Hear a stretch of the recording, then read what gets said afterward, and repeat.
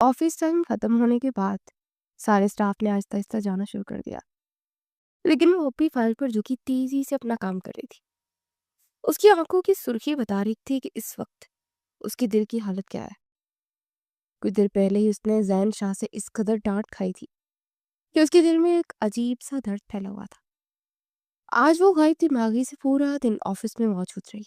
کام کرتے اس نے نہ جانے کتنی غلطیاں کی تھی۔ تبھی فائل زین شاہ کے سامنے رکھ دے۔ زین شاہ نے وہ فائل اٹھا کر دیوار پر دھی ماری۔ اس کا غصے سے برا حال تھا۔ وزیر، کام کرتے ہوئے آپ کا دماغ کہاں تھا؟ وہ نم آنکھوں سے زین کا چہرہ دیکھتی رہی۔ وہ بالکل ٹھیک کہہ رہا تھا۔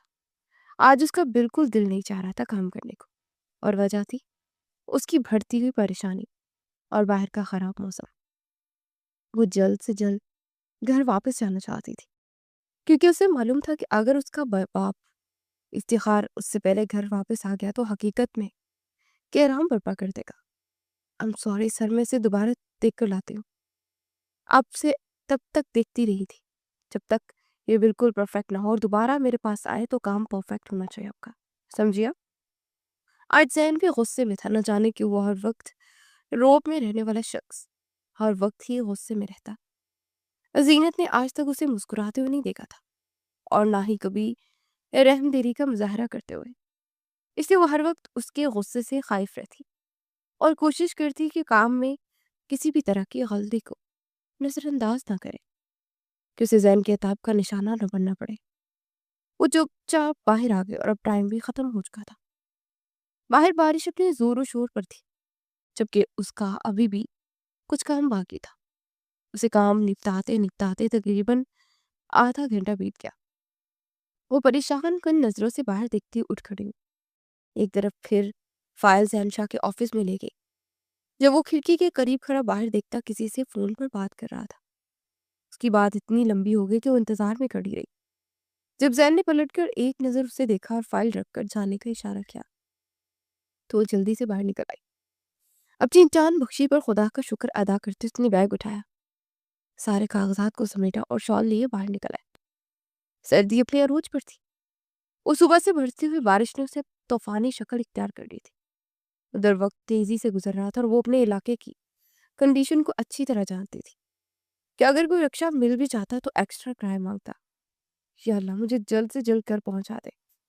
دل خوف سے دھڑک رہا تھا اور معصوم چہرے پر پریشانی پھیلی ہوئی تھی۔ کچھ دیر تو انتظار کرتی رہی، لیکن جب بارش نہ تھمی تو وہ باہر نکل آئی۔ اس کا ارادہ تھا کہ وہ کچھ دور تک پیدل چلتی رہے گی، پھر کوئی رکشہ یا ٹیکسی مل جائے گی تو اپنے گھر چلی جائے گی۔ اسے ہر صورت میں جلدی پہنچنا تھا گھر، تاکہ اس کا باپ اس کا انتظار کرتے مزید غصہ نہ کرے۔ ابھی وہ کچھ دور ہی چلی تھی جب اس کے کپڑے مکمل طور پر بھیگ گئے۔ پانی اس کے وجود سے ٹپک رہا تھا اور بارش نے اسے حد سے زیادہ پریشان کر دیا۔ بارش کی برستی ہوئی بوندوں میں اس کے آنسو بھی گھل مل گئے۔ اس وقت تو اپنے بے باک لباس پر اتنی شدید شرمندگی کا سامنا کرنا پڑا تھا اسے۔ وہ بار بار شال کو کھینچتے خود کو ڈھانپنے کی کوشش کر رہی تھی۔ سڑک پر اس کے قدم تیزی سے چل رہے تھے جب اسے اپنے قریب گاڑی رکتی دکھائی تھی، اور اس کے قدم بھی گاڑی کے ساتھ ہی رک گئے۔ اسے پلٹ کر دیکھا تو زین شاہ اسے حیرانگی بھری نظروں سے دیکھ رہا تھا۔ اسے تیز نظروں سے اس کے پورے وجود کا جائزہ لیا، اور پل بھر میں اس کے چہرے کی رنگت سرخ ہو گئی۔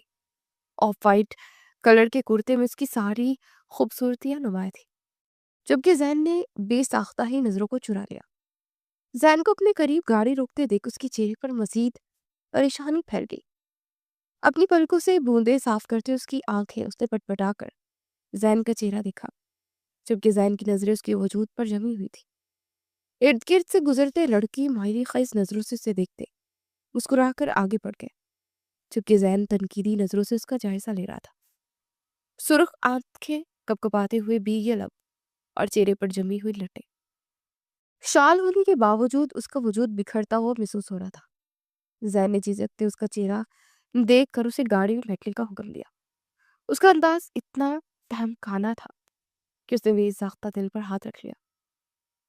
اسے زین سے جتنا خوف آتا تھا آج تک وہ کسی سے بھی اتنے خوف کا شکار نہیں ہوئی تھی، جبکہ زین بالکل اپنے غصے پر قائم تھا۔ جلدی سے گاڑی میں آ کر بیٹھو، اسے دوبارہ تیز لہجے میں کہا، نہیں سر آپ پلیز چلے جائیے، میرا گھر قریب ہی ہے۔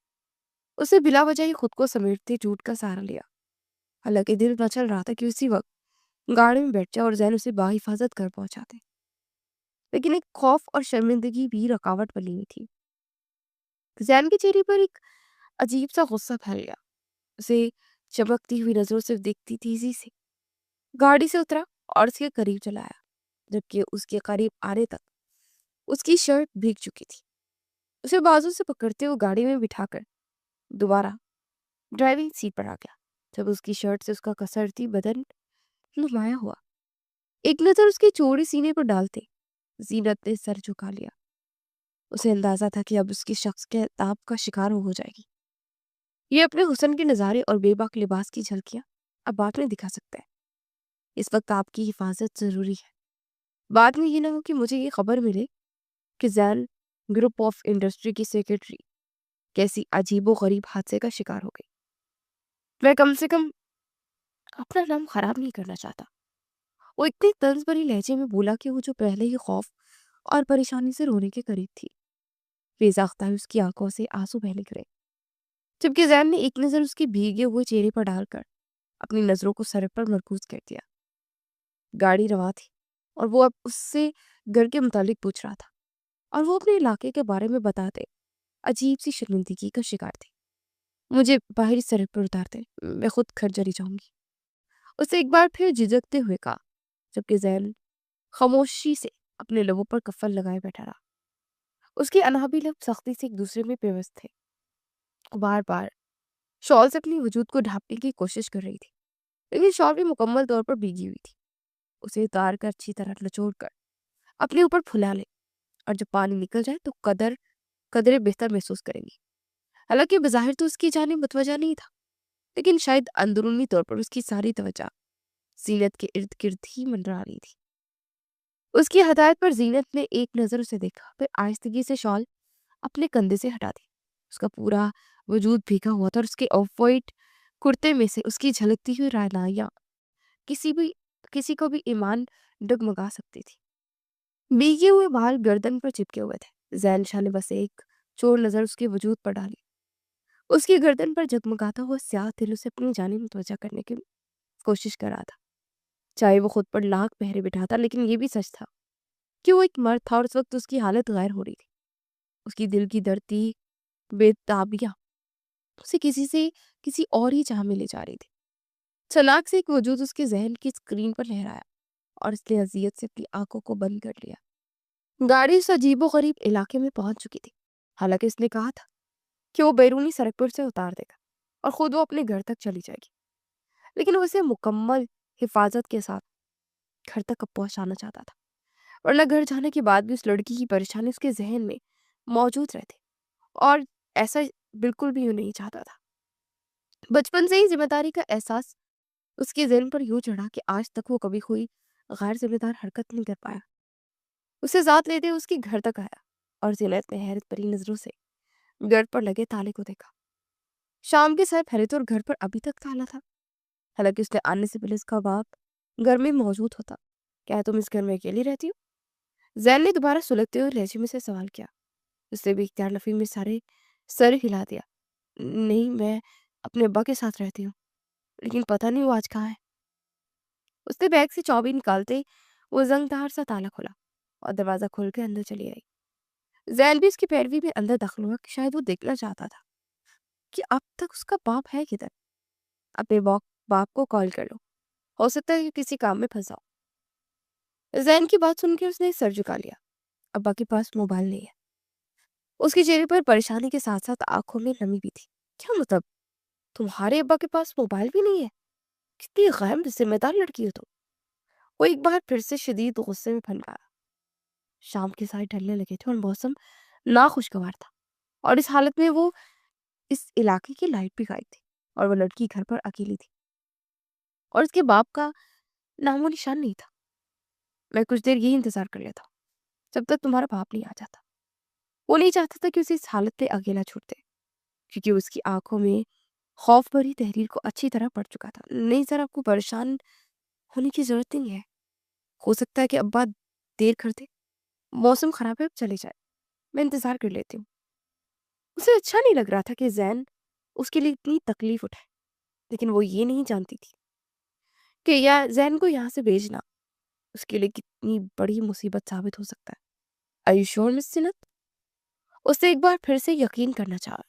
جب زینت نے تشکر بھری نظروں سے اسے دیکھ کر سر ہلایا تو اطمینان سے باہر نکلا اور اس علاقے سے باہر گاڑی نکالتے اپنے گھر کی جانب چلایا۔ زینت کا انداز، پہننے اوڑھنے کا طریقہ دیکھ کر، اس کی تعلیم قابلیت دیکھ کر وہ کبھی بھی اندازہ نہیں لگا پایا تھا کہ وہ اس غیر گنجان علاقے میں اتنی عجیب و غریب گھر میں اپنے باپ کے ساتھ اکیلی رہتی ہوگی۔